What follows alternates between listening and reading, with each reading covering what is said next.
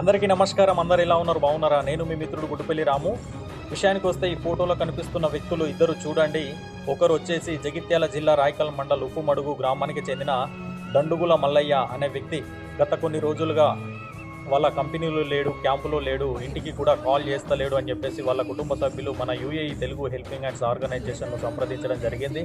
అదేవిధంగా ఇంకొక వ్యక్తి రాజన్న సిరిసిల్ల జిల్లా నాగంపేట గ్రామానికి చెందిన బిట్ల తేజ అనే వ్యక్తి కూడా వాళ్ళ కంపెనీ నుండి ఇంటికి వెళ్తా అని టికెట్ తీసుకున్నాడు.